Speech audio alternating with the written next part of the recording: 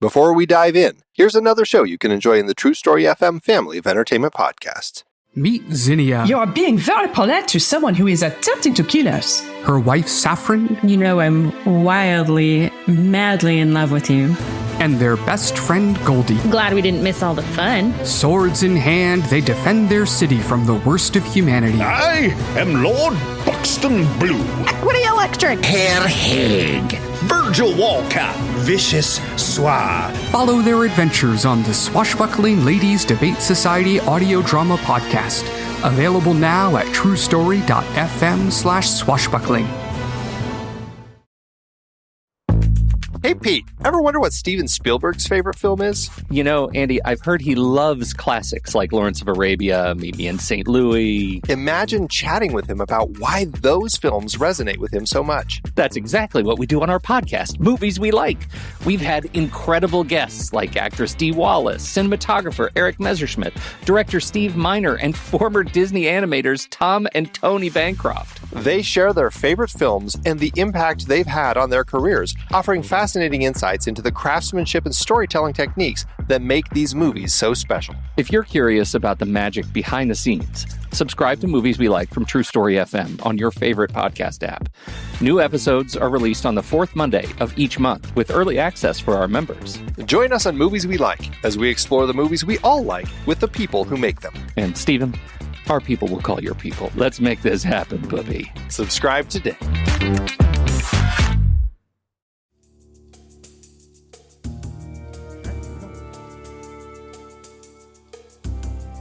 Hello and welcome to this episode of Superhero Ethics. Friends, many of us think of ourselves as nerds, as geeks, and for some that is a recent development. For others, we have been so since birth. And we love to talk about the things that geeks love, but we haven't really gotten a chance to step back and talk about how did we become geeks? Is this just part of who we are? Can you make yourself a geek? Well, I'm really honored today by saying our special guest is Mandy Kaplan, a comedian, a musical theater performer, and arranger of cabaret nights in Los Angeles, and who also has a podcast called Make Me a Geek, in which she has been inviting people, including myself, on to kind of introduce her to different kinds of favorite geek media, TV shows, video games, movies, all the rest. And I've so enjoyed getting to be on her podcast that I wanted her to come on mine and talk about this whole process she's been going through. So, Mandy, why don't you start by saying hello and introducing yourself? Well, hello. I am Mandy Kaplan, and my podcast is called Make Me a Nerd, Matthew. Make me a nerd. Sorry, I hate to give you a demerit right off. I mean, I think generally when I'm generally when I'm in introducing a host, I should probably introduce them properly. So yes, no, demerit received. Okay. And someone keeping score, I imagine. There we go. But yeah, my deal is that I'm a mainstream mom. I love Taylor Swift. I love Housewives. I love fantasy football. And I have shied away from or been afraid of Dungeons and Dragons and Star both Trek and Wars and all of nerd culture. I've just kept my distance. And when I was turning 50, I thought there's a reason why everyone in my life loves this stuff. And I'm going to crack it. I'm going to figure it out, and I'm going to try these things I've never tried, which has led me down such exciting roads and discoveries of things I can really relate to. You have been such a successful guest. Well, 2 out of 3 ain't bad, but we watched The Orville, which I loved, and The Penguin, which I absolutely worshipped. But I'm realizing there's so much I love about all of this stuff. Yeah. And some of it is a bridge too far. But and I totally get that. I think it's really interesting to have this conversation. I'm just a few years younger than you. I'm almost 48. And, our generation, I think, grew up at a time when, if you read comic books, if you're really into Star Wars, there was a couple of kids at our school who were that. I was certainly one of those kids. And I got stuffed into lockers a lot, because of that kind of thing. Metaphorically, not literally. But there's still time. Yeah, I mean, well, I'm kind of a large with guy. all these demerits you're going to be getting, Matthew. If they build a locker big enough, I'll shove you right in there. There you go. But it's been fascinating to me, and especially on some of my other podcasts, Star Wars Generations especially, getting to talk to the folks who are growing up in a time where like reading comic books is cool, knowing comic books is cool. The MCU is, one of the biggest movie franchises out there, with Star Wars a close second. And so it's been really interesting to me getting to hear, from you as well, talking about, approaching this at a different point in life instead of having grown up with it. And so let me just kind of start by asking you, for you, when you started this process, like, what did the word nerd mean to you? Like, what did you have in mind when you thought, I want to explore this world that I haven't poked my head into before?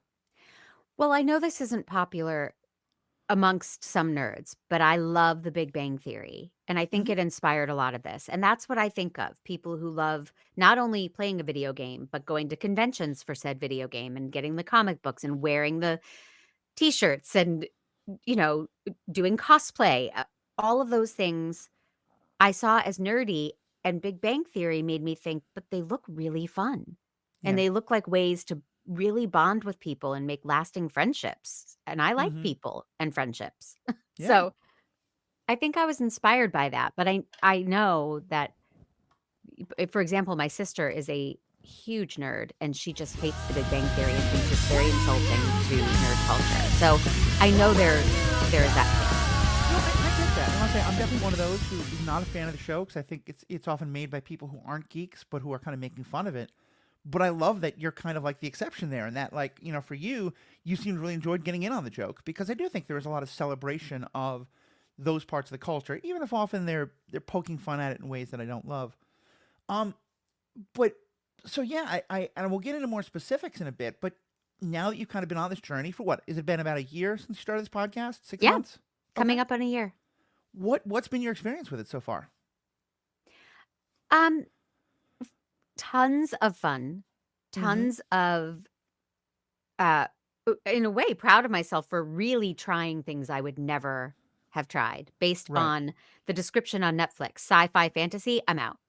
Yeah. And just opening my mind and opening my heart and finding such fantastic shows and movies and books and um yeah, I mean, there are specific things I love, specific entities that I'm Mm-hmm. really drawn to, but moreover, I am an old dog and I'm learning new tricks. Yeah. And I think that's great. I think that goes in all directions, Or earlier we were talking about our shared love of cooking shows, and you mentioned Taylor Swift, something that I've definitely probably rejected for far too long, in part because I had a sort of, commercialized pop music is bad, but also just some, misogyny about female pop singers and the like, and the way society dismisses them. And she's someone I've come to love. My spouse has introduced me to One Direction and the joy of the new generation of boy bands, though I'll Mhm. always be a Backstreet Boy at heart. But I think there's something great about being willing to kind of branch out and explore new things, especially at this point in time right now, where it- part of why I think it's such an interesting question is, I think if you ask a lot of people what is nerd media right now, you're going to get a very broad answer. Yep. Because, for example, just I think you recently did an episode on Andor, right? Yep. In Star Wars, and granted, there's some debate about this right now, but within Star Wars in the last year, we've had a spy drama, which is Andor, which is very kind of intense, and we had Mandalorian, which is very like dark and gritty and cynical. We've had Skeleton Crew, which is basically a fun kids show like the Goonies and other things like that in the 80s that we grew up in. And so yeah, I think we're seeing more and more like you can have all of these different genres that are just connected to, either the larger intellectual properties or just, in sci-fi kind of realms, but a sci-fi rom-com, a sci-fi comedy, a sci-fi, any of these kind of things. Oh, I'm definitely seeing elements. I mean, spoiler, I'm a musical theater Mm-hmm. baby. That's my nerdery right there, is musical Right. theater. And the amount of shows that have done musical episodes. Yeah. Or, I do love comedy, and watching The Orville was thrilling. I was laughing so hard. And then, Mm-hmm. as you know, I was crying so hard about Yeah. the deeply psychological, importance that Right. that show was giving. I'm finding all the things that I can relate to that don't necessarily have anything to do with nerd culture or mainstream culture. Right. Yeah. No, I think it makes a lot of sense.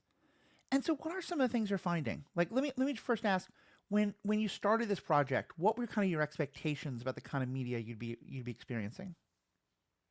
Well, first of all, I've learned to forgive myself for not understanding some of it. That's very I, fair. and I'm a very intelligent person. It's not that. It's just that my brain is not wired to remember, 7 different races all in a space battle. I can't Mm-hmm. remember. I can't follow the lore.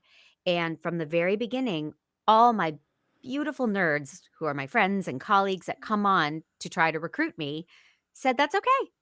Yeah. Let it go. If you don't understand everything, you will still get the story, get the excitement, get the romance. You'll get it all." Right. And um, that is a major shift for me, is like Mm. just almost not skimming, that's not the right word, but not getting bogged down in lingo I don't understand or Right. character references that make no sense to me. So it's much more enjoyable when I'm not feeling like, "Oh, I'm stupid, I don't get it. What are they talking about? Ugh, they left me out again." I'm pretty glad that I'm done with school. I got a college degree, a master's degree. I don't want to do more homework. And I Yeah. understand what you mean about, you know, there are some TV shows and books and movies and things where it feels like you really have got to do the homework to get it. And I totally understand why it's a lot of fun when you don't have to worry about that. Yeah, and I think I didn't realize this at the time, and maybe I'm just putting this together now, but my format is somewhat brilliant because I Mm. can say to you, "So, Matthew, that whole speech in the beginning, what the heck was that about?" Right? Yeah, And we'll you're do the gonna homework for you. yes, you're gonna say, "Oh, in the prequel, there's a world that we don't see in this one and that and or whatever." You're gonna Right. explain it all to me, and I I can just drink. Yeah. And I think I can that's just a have a glass of wine and relax and watch good stuff and take Mhm. what I take from it. And Go ahead. everything I with the exception of 2 entities, one of them Mhm. being one of your choices, Yep. I've found something to love. Yeah. And I think that that's the key. One of my very first guests said, "Well, I'm not coming on your show so you can shit all over something I hold really dear." And Yeah. I said, "I would never. I'm Yeah. I'm looking to embrace these things. I would never approach something looking to trash it, Right. but I understand that fear. These things are very, very precious to people."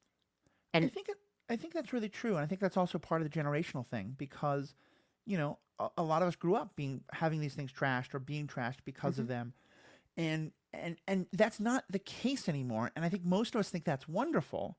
I think, like with anything in life, there's always some people who are like, "Oh, I miss the good old days when they want to gatekeep who gets to be a nerd." Which mostly means they want to keep out girls because they think girls don't talk to them, so girls must be bad. The misogyny in fandom is obviously a thing we can do far more episodes about. But I think that there's something really wonderful about getting to see things through someone else's eyes like that. And I've always found myself that I'm kind of in a middle position because with a lot of these things, I've done a lot of the homework, especially if it's, all the other shows and stuff. But a lot of the times, especially when it comes to comic books, I haven't read the comic books. And mhm, and I'm a big believer if I go to something and someone says, you'll have an even better understanding of it if you've read the comic book. I'm like, cool, okay, well then let me read about like comic books. Just the visual medium doesn't work in my brain, but let me at least read about them or have someone tell me about them the way mhm. you do. But if someone says, oh, you didn't like it because you hadn't seen the comic book and so therefore your opinion is not valid, I think there's nothing wrong with making a product that's only for people who've already seen all the other stuff. But then it's also okay to say that's not for me, And I love that you're able to really find what are the things that are still fairly accessible to you, even if you don't know all that background or whatever it is.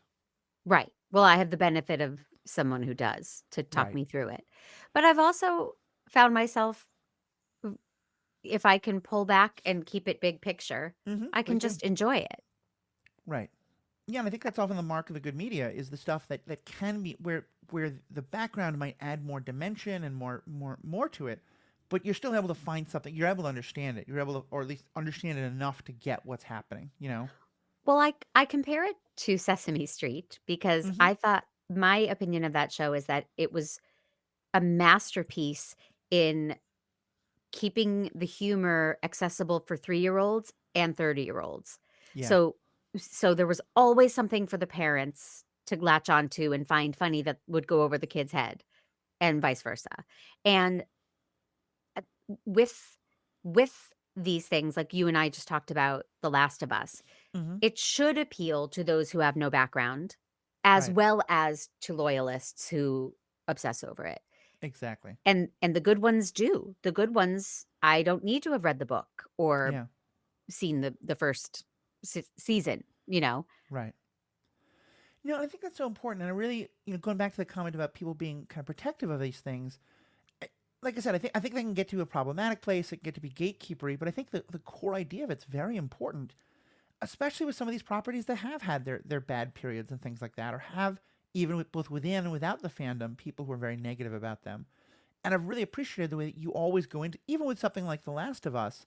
That's the one that I suggested that you really didn't like, which I get. It's I think it's a very kind of high bar of entry in terms of being very very hard to watch, very kind of gruesome horror and things like that.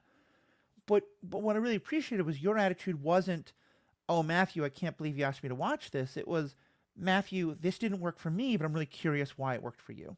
And I think Yeah, that's such a good model of how we can approach media that doesn't necessarily work for us. absolutely. And I'm interested in you've said gatekeepery a couple times. Hmm. Is there a part of you, out of curiosity, you are a lifelong nerd. So when I say make me a nerd, is there a part of you that's like, screw you, you're late to the party? There definitely is not. And I think Okay. probably for the majority of people in these worlds, there isn't. But there definitely are parts of the world that are like that. Hmm. And I think that probably when um, the nerd stuff first started to get popular, when I was in my 20s or so, late 20s, I think I probably had a little bit of that. Hmm. Um, Mostly when it would be folks who, I guess, it's not something I'm proud of, but I think I can understand the sentiment. And I think where I maybe have a little bit of it still is when, because a lot of this stuff does have a lot of deep meaning and a lot of philosophy to it, a lot of ways that it's shaped kind of just who I am. I think it's more when folks look at things on the most surface of level and kind of try to judge it or comment on it based on that very surface level. That's maybe where I still can be a little kind of like get my haunches up. And I think the gatekeeping aspect is overall just a negative thing that geeks should fight against. Um, but to me, I think because the way I want to approach everything in life, but especially this kind of media, is with a sense of wonder and curiosity. Hmm. Um, this is not geeky necessarily, but I think it's very beloved by geeks in the same way it is by music theater nerds. Music theater is of geeks and nerds and the like. But you've seen Ted Lasso, I assume. Yes. His speech about people who are judgmental instead of curious. I Hmm. think that anyone who, I've seen the people who are like, all right, I'm going to watch this one Star Wars movie so I can know enough about it to tell everybody how stupid they are for watching it. Like that's not something you want. Um, but the people who come in with a sense of curiosity, like clearly you did, I think is great. And I think it deserves curiosity back, Hmm.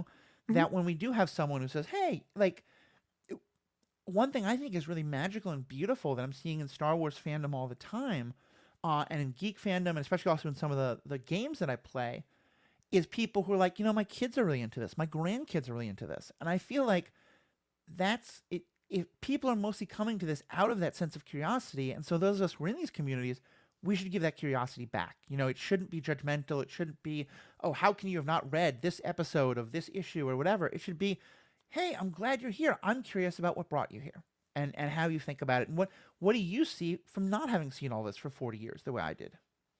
Absolutely. My mom, who sucks, she won't listen to this, I can say that. I love my mom, but Mm-hmm. she said, "I don't know how you're watching all that stupid stuff for your podcast." Yeah. And I got so offended, Matthew. A Mm-hmm. and I said, "It's not for you, Mom, and that's okay. But it's Right. not stupid stuff just because it's not for you." And Right. I think that's she's the queen of judgment. And I think Mm-hmm. that's eye-opening. Why do we do that? Yeah. Why is it either or, you know?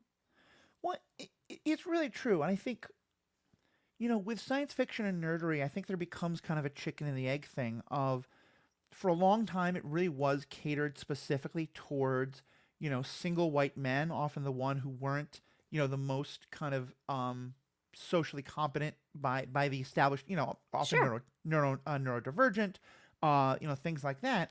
And that becomes then a recurring stereotype of, oh, you're one of those antisocial types. If you watch this, therefore only those types watch that. Hmm. And in many ways, I think the internet was such a boon for those kind of cultures of letting people who are like, yeah, I'm not the best at a cocktail party, but if I can find my kind of people online and talk to them about it, we can build community. And remember, like, we're not all just the one kid getting shoved into the locker at school or whatever it is. Right. Right. I I'm sure the advent of the internet launched all of this, and Mm-hmm. when the MCU started making their movies and they were so star-studded and mainstream and Right. popular, that brought, I'm sure, a new generation back to comic books, back to superheroes, back Mm-hmm. to all of these fantastical things that, yeah, I mean, it is strange to think that these entities were created for that faction of society you just described. Mm-hmm. And the other night I was reading Fourth Wing. It's a Mm-hmm. romantasy, and Yep. I was sitting at a bar because I had to kill time waiting for my son. So I was sitting at the bar having a glass of wine, reading this romantasy book, and this mainstream, she looked like a Kardashian, ran over to me and said, "Oh, which one are you on? That's my favorite series. I've read them all. Oh, you're on the first one?" And Mm-hmm.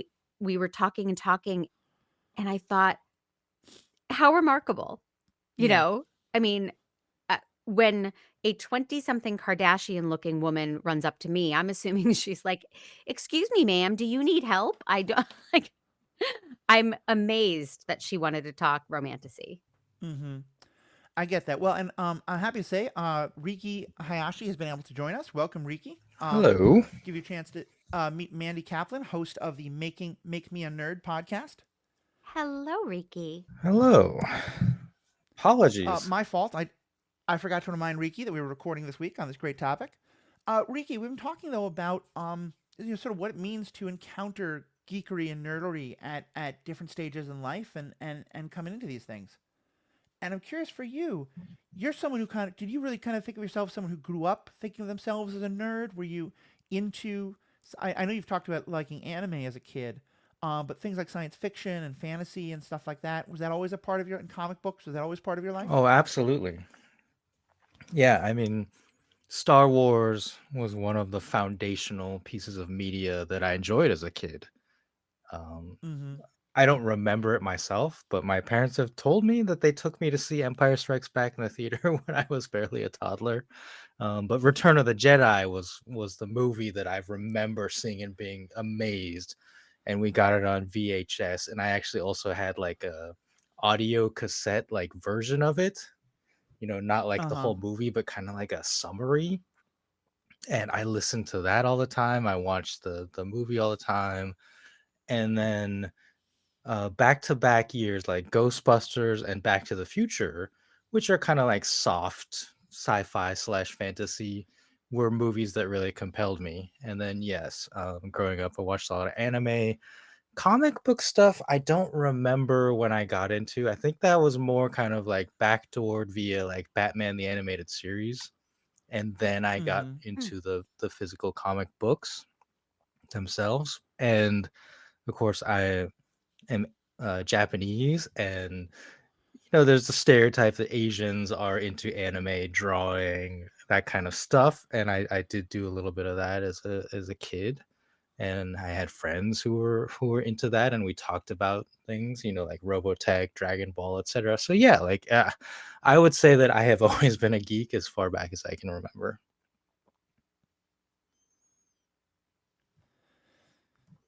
Nice. Yeah. No, that I think is very much kind of where I was coming from as well. But I love hearing that it's also in very different directions. Like anime was something that I think I was very like on the outskirts aware of, but wasn't really a part of my life until much later in my life.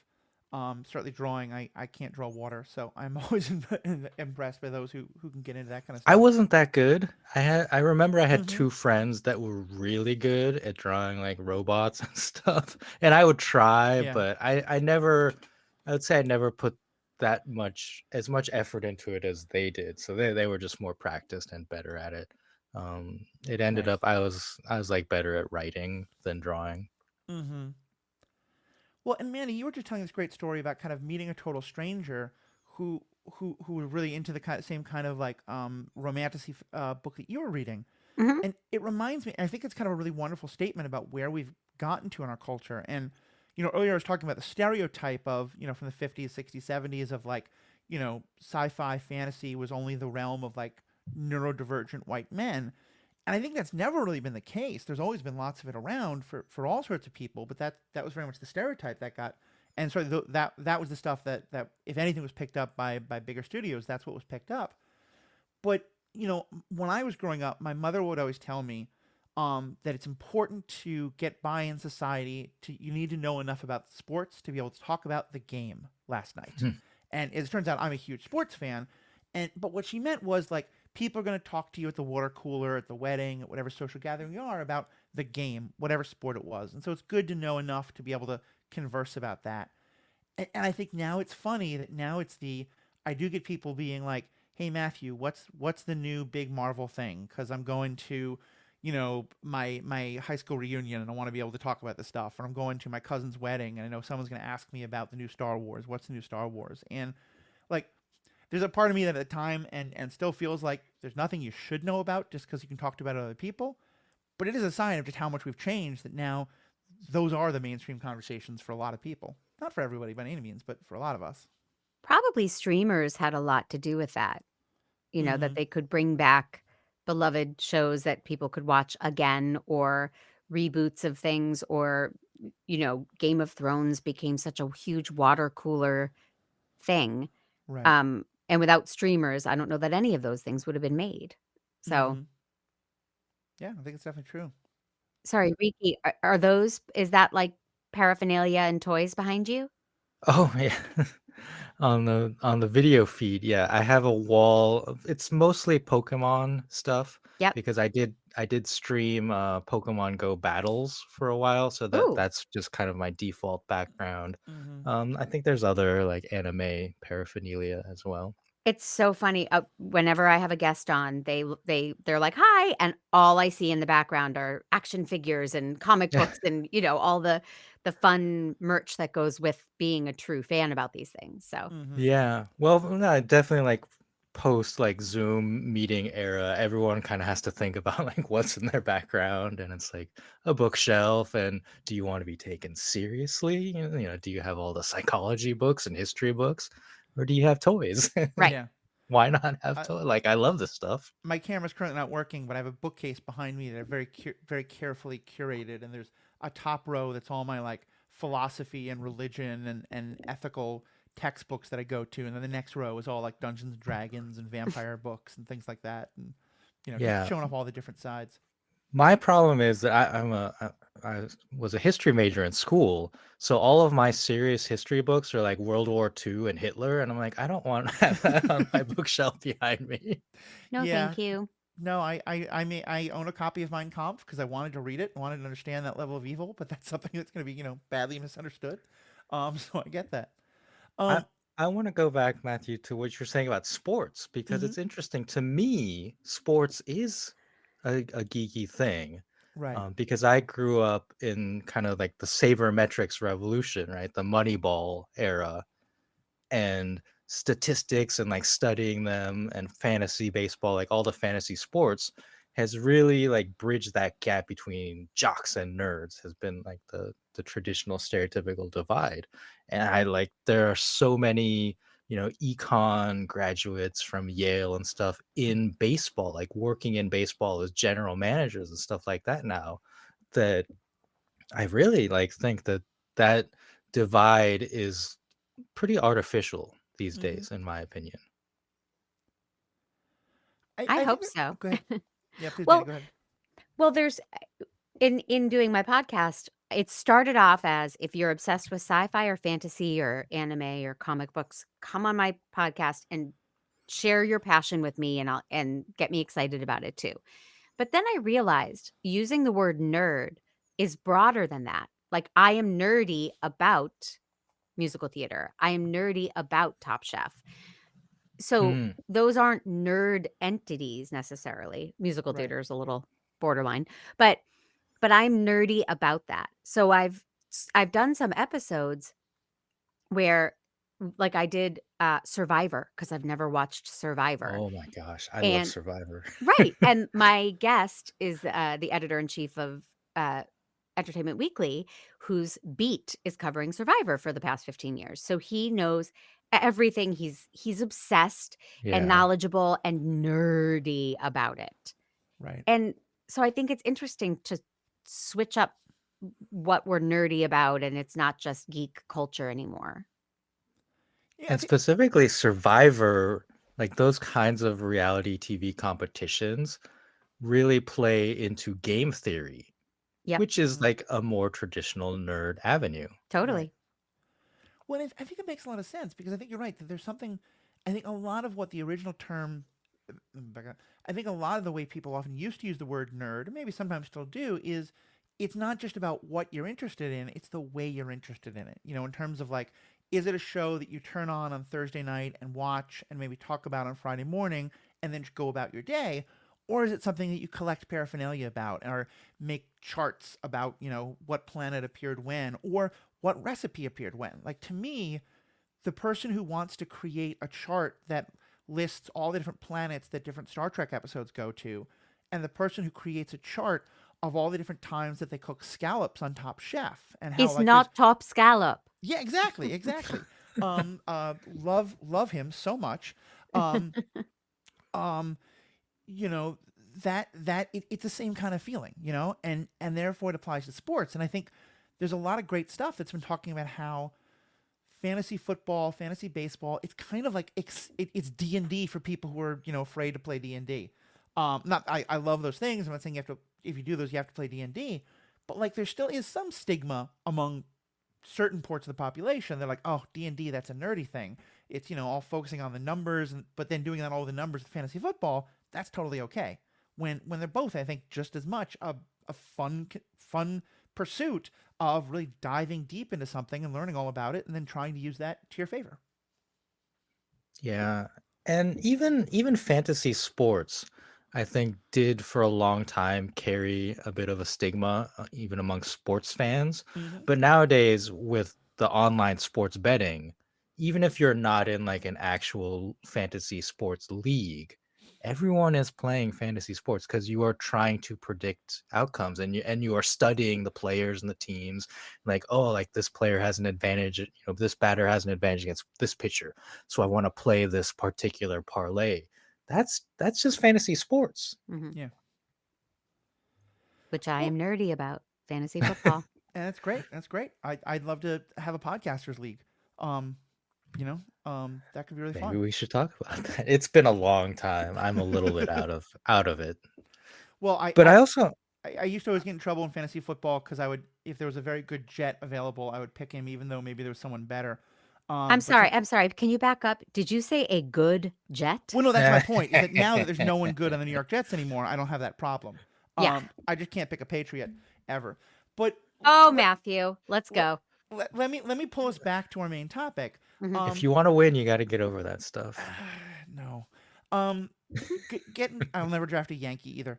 But getting back to this, Mandy, so in the stuff you've been experiencing, so Riki, just bring you fully up to speed, on Mandy's podcast, Make Me a Nerd, each week someone comes on and, as she said, kind of introduces her to their favorite, you know, part. So I did Orville and Penguin and The Last of Us. Other people have done other things. Mandy, what are some of the things in particular that you've been surprised by, or yeah, let's just go with that. Like where you may have had one kind of idea of it, or you had no idea what it was, but then you came out of that episode and watching that with it surprised you, or it showed you something different. Well, I'll say the Orville, not just because I adore you and you came on the podcast, but I didn't think I would be crying and moved and so invested in the characters. That really shocked me. Mm. And the other one I would have to say is Severance. My husband said, "You won't like it. It's like sci-fi and weird and dark. You won't like it. It's not for you." And I said, "Okay, thanks. I won't watch it." And despite the fact that everyone in the world loved it, I was like, nope, I've heard it's not for me. Can't do it. And I did it for the podcast. And I only promised I'll watch like the first couple of episodes to get the conversation going. And I didn't leave my room for 2 days straight. I binged every episode. I loved it so deeply. I think it's absolutely genius and exciting. And I should divorce my husband because why was he trying to keep me away from it? Mm-hmm. But he was right. Usually I would watch something with like, oh, they alter their brains. And I would be like, I'm out. That's not for me. Right. But, oh, man. Well, and what pulled you into it? Um, the concept was exciting. It's like Stepford Wives or that the weird remake Don't Worry Darling. I like those thoughtful, twisted ideas. How far would you go Right. to cure your pain or to, make your life better? Would you surgically alter yourself or someone else?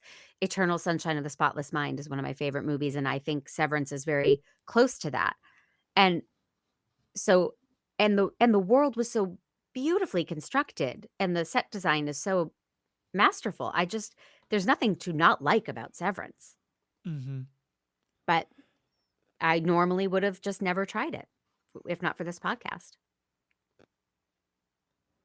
Yeah, that makes a lot of sense. And I mean, even that one was a little. I think there's a couple of different schools of science fiction, and one of them is like it's going to be very kind of ethereal almost, and like you never, as the reader or the watcher, quite understand what's happening. And those tend to be ones that I really wrestle with. But Severance, and we have some thoughts on the ending. And by the way, I'm afraid to tell you that you may have just volunteered for our podcast episode on this most recent season about Severance that we're going to do sometime soon. Bring it on. I really love that that's a show where it obviously has some interesting points it wants to make, but it's really not okay. It's not afraid of being just bizarre at times. Like there are things that happen that, I love shows that have like a well-constructed lore and everything really fits and makes sense. And Severance does in a way, but there's a lot of things where it's like, okay, there's going to be some random thing, but why a waffle party? Why a melon party? Melon parties. Oh. Like these things are just so random and weird, and yet they work so well because they're in this larger narrative. Yeah, it's asking these hard questions about how far can office drudgery go? And on the flip side, how far can our desire for, denial of our own emotions and denial of that part of us that feels these things we don't want to feel? And so being able to take those incredibly relatable questions and put them in this totally bizarre environment, it works in a way you wouldn't think. And I don't know, but I imagine the Severance must have been born out of somebody saying, if I could just flick a switch and cure my grief, if I could just turn this pain off, I would do anything for that. And it's like, well, there's your whole concept. Everything falls into place. Mm-hmm. And we've all felt that, I assume. We've all grieved. Right. And wished we could just turn it off. Yeah, I think I heard it was either Ben Stiller or Adam Scott talking about it, about the concept of work, like the work day at an office and the disassociation and kind of the two lives syndrome, like you have your work life and your home life type of thing. And yeah, just making something out of that concept is fascinating. And I think the mystery box aspect, say what you will about J.J. Abrams not being able to tell us what's actually in his mystery box, but he constructs a good box in the beginning of all of his products. And I think they're amazing and they draw you in. And it's just, I think part of it is maybe fandom itself, like the discussions that we have on podcasts like this and the speculation maybe gets out of control and we speculate too much, and then it's impossible to satisfy everyone because we all have our own theories. Right. Although interestingly, yes, this is a new phenomenon and Reddit did not exist 40 years ago. I get that. But when JR got shot, my memory of that was like the world could talk about nothing else. And there were fan theories and people getting into arguments in bars like, no, it had to be, I don't even know the character names, but I just remember who shot JR. was just ubiquitous. And I, so this has always existed to some degree. And that was a nighttime soap, but they when got people doing what we do about, fan theories on Reddit. when they'd had one season where Bobby got killed and they found out that it was all a dream, as one of the best writers, like, oops, we screwed up. Let's just unwrite this whole season, Like, I remember Dallas, and that, it being it, and I think that's in many ways one of the most, that's the way really you got to grab the social zeitgeist these days, is something that puts out a question that people are going to want to discuss, and it's, a lot of us don't work in offices with a water cooler anymore. Right. I never have, I'll be honest, in any real way, other than like, temp jobs and stuff to pay for college.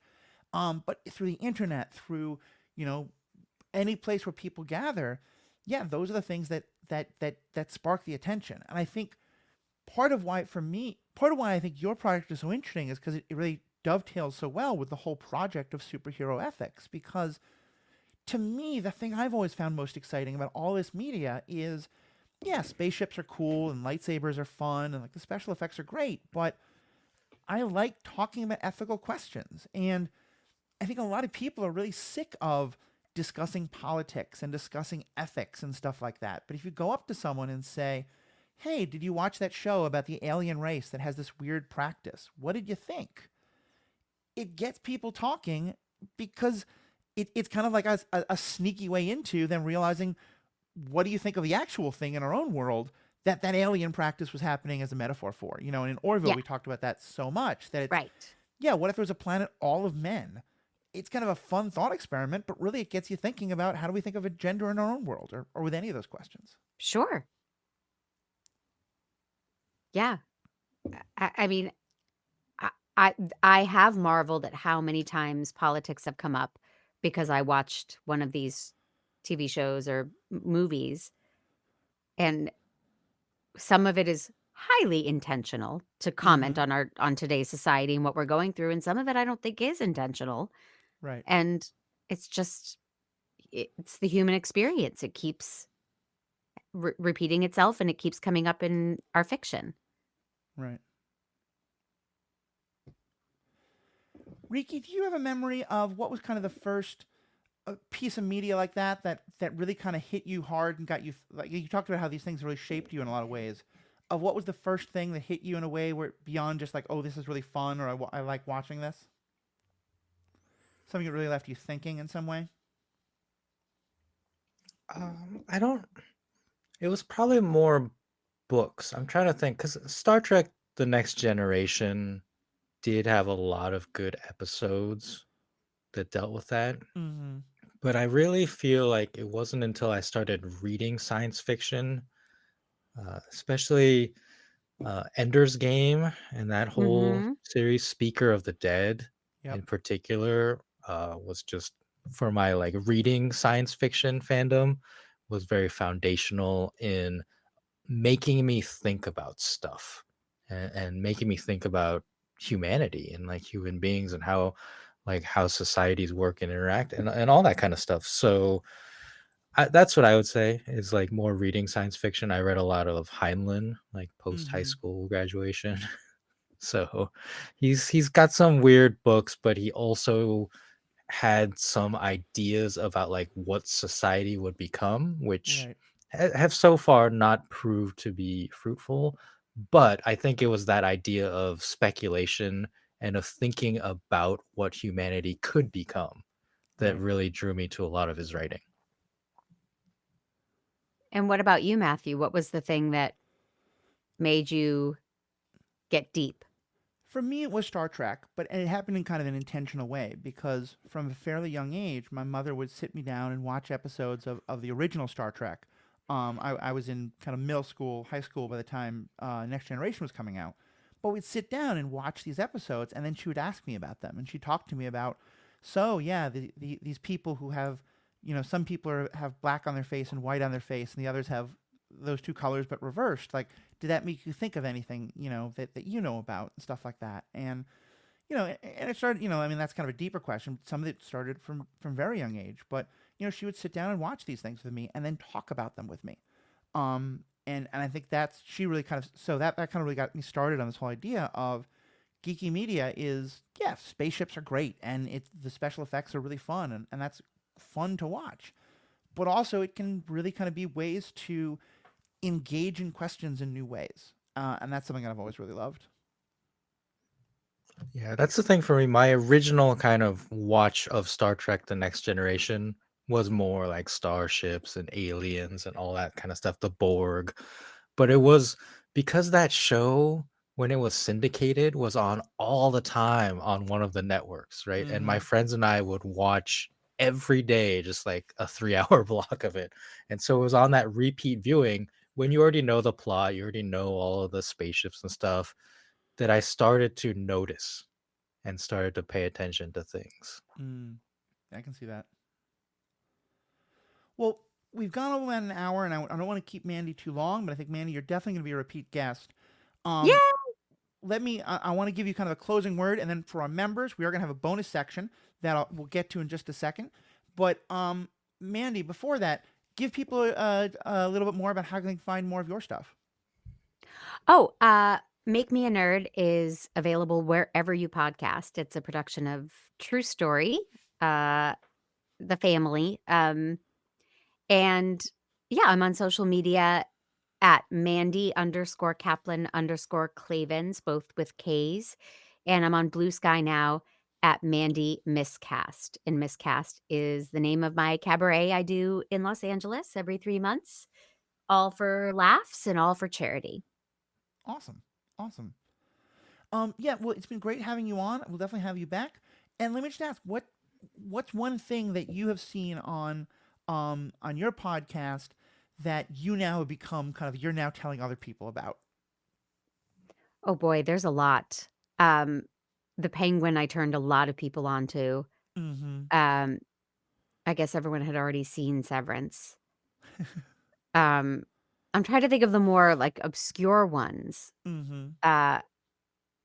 Yeah, you caught me off guard because I'm that idiot at a dinner party who's like, I've never seen Game of Thrones.